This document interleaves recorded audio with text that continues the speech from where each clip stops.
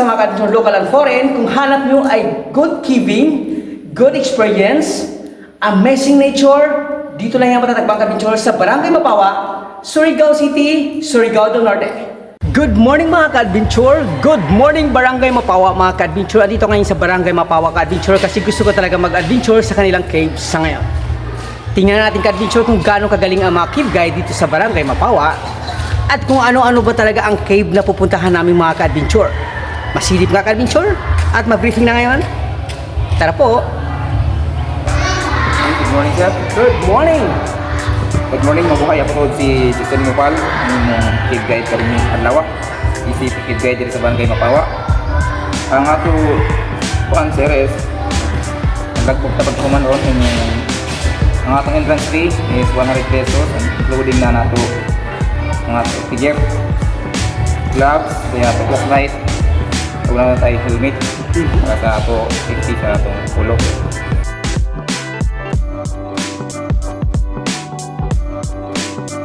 Galing dito sa Highway Ka-Adventure, more or less mga 25 minutes to 30 minutes maximum ang aming lakad. Papunta kami sa cave kasi itong cave na ito Ka-Adventure ay akyatin. Kaya nga po, ready na nga kami umakyat.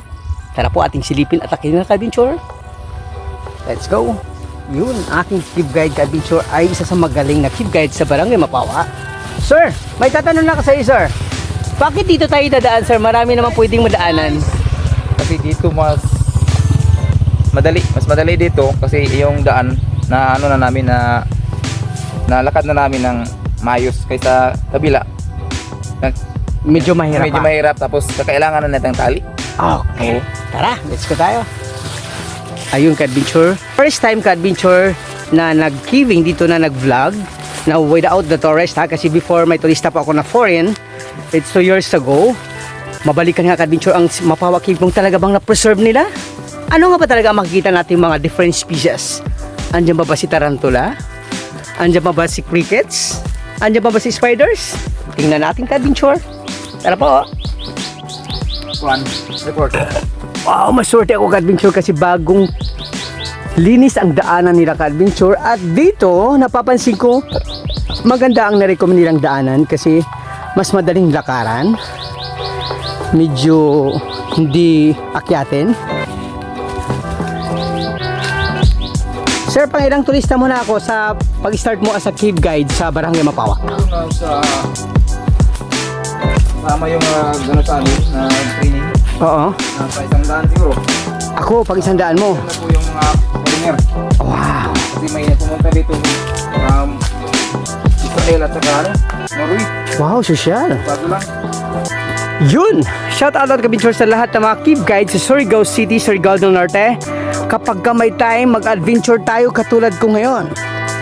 Yun! Na magaling siya magsalita ka-adventure ha? Medyo hanga ko gamay. Ayun! Ito ka-adventure ang gusto ko talagang adventure kapag nag-walking pababa. Ang magkinaganda ka-adventure, mayroon silang steps na ginagawa talaga ng mga cave guide. Sinadya namin yan. Ito talaga yung magandang technique sa mga locals, especially the cave guide, na ang safety sa mga turista pababa kailangan. Kasi madulas yung ano. Thank you guide. Dito na kami finally sa entrance zone later for a minutes only. Sabi ni sir, mga 10 meters. 10 meters. So andun tayo sa entrance zone. Sir, ano ba talaga ang mayroon sa cave na to na may encourage ang turista katulad ko? Sa sobrang laki niya. Maganda talaga yung rock formation na makikita mo side by side at saka sa itaas po na iba. At meron tayong tawag doon na skylight na maganda yung magpa-photocopy, photo shoot para mas maganda yung Reflection po na pagdating sa picture. Ayun ka-adventure. Totoo nga ba sinasabi ni sir? Makasilip na nga ka-adventure. Tara sir, go na tayo. Yun! Ayun mga ka-adventure, kapag nag-caving tayo, kailangan talaga natin yung ating nilalakaran. Importante po yan. Kasi hindi biro po na maglakad sa ganitong klaseng mga may limestone kasi matutulis po ang mga limestone ka-adventurers sa ngayon. At ayun, pababa na kami ulit. At ang kinaganda ka-adventure, nanibago po sa kanilang daanan. Before, wala tong mga hagdanan. Sa ngayong ka-adventure, mayroon na silang hagdanan. Very good para sa akin kasi mas madaling bumaba. Lahat naman tayo ka-adventure ay nag-adventure. Kapag ka-caving ka-adventure pag-usapan, ayan ang aking paborito sa ngayon. Okay? Yun. Sa ano pa tayo? Mga po tayo ng Cathedral Cave. Wow! Very Kasi relaxed. nga yung ano niya, yung portal ng tinawag sa Cathedral. Mataas yung malaki. Anong mayroon dito, sir, na mga birds na ma-encounter natin sa ngayon? Meron tayong bats. Oh, wow. Meron tayong owl nitong nakarang buwan. Ayun ka-adventure ang aming entrance zone. Yun. Tara, let's go. Ayun ka-adventure, pasukin na namin ang Cathedral Caves sa ngayon.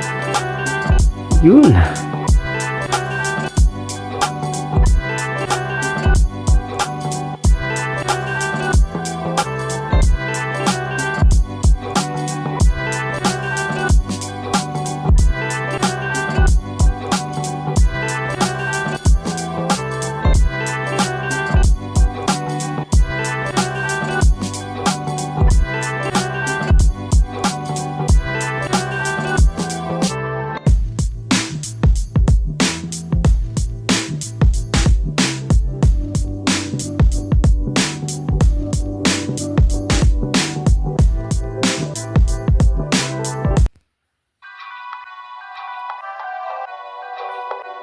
Ayun, ka-adventure, ito yung magandang rock formation na na-encounter namin sa ngayon.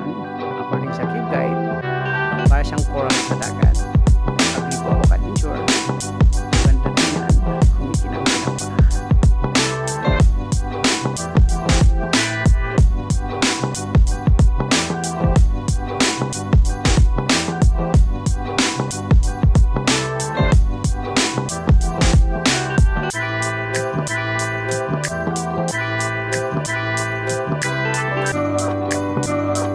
Ayun mga ka-adventure, sa ngayon sa kinatatayuan ko dito ka-adventure, andito ako mas malapit sa kung tawagin natin ay na stalactite. Ito yung ka-adventure ang inilawan ko sa ngayon. Alam niyo po ba, kapag ka may stalactite, syempre hindi mawawala ating stalagmite sa baba.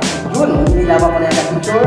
Ang ikinaganda ka-adventure sa Mapawag Cave na preserve talaga para sa akin, sulit ang kanilang ka-adventure, gawa ng marami pa talagang tubig na tumutulo galing sa dulo ng stalactite mga ka-adventure. At bukod pa dyan mga ka-adventure, makikita pa natin ang mga iba-ibang rock formation na kung tawagin namin ay ducted formation. Ayan mga ka-adventure, inilawan ko na yan. Yun! Lahat naman tayo ka-adventure ay nag-explore ng mga cave. Sa ngayong araw mga ka-adventure na may sa Mapawag Cave. Magkausap mga ka-adventure sa aming cave guide sa Barangay Mapawag. Kung ano talaga, may kwento niya pa sa lugar na ito o sa chamber na ito mga ka-adventure. Yun!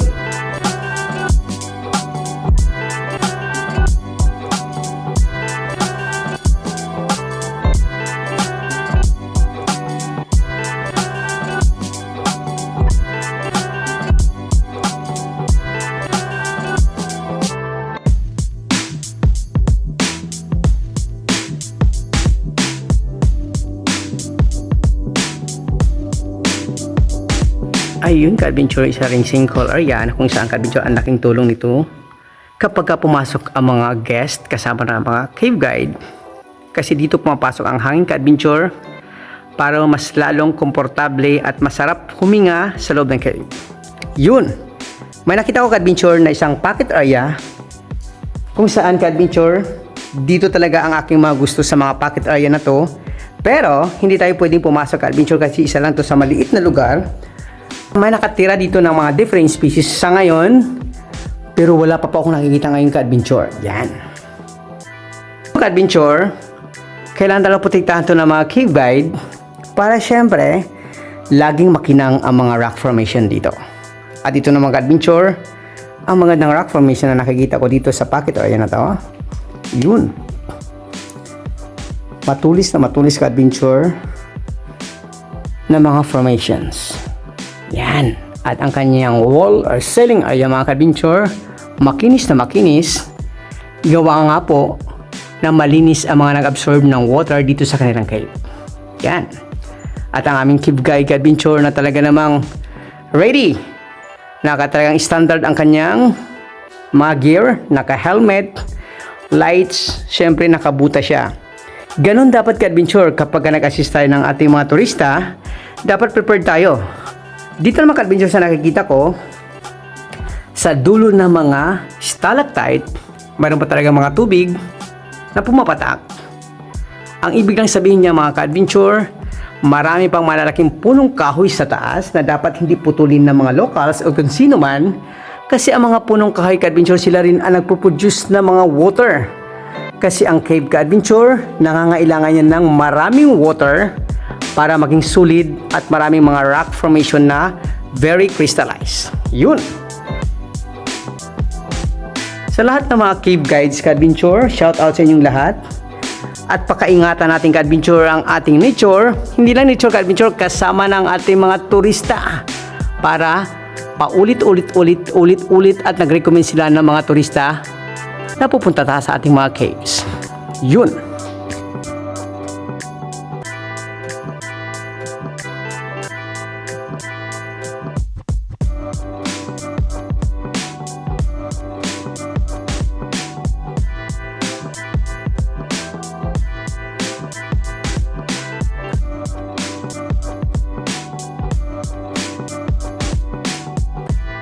Yun mga ka-adventure, tapos na kami nag-caving sa cave ng Barangay Mapawa. Yun! Sa lahat ng mga tao ka-adventure na mahilig mag-caving, pumunta kayo sa Barangay Mapawa at syempre pwede kayong pumunta concerned as a cave guide sa Barangay Mapawa.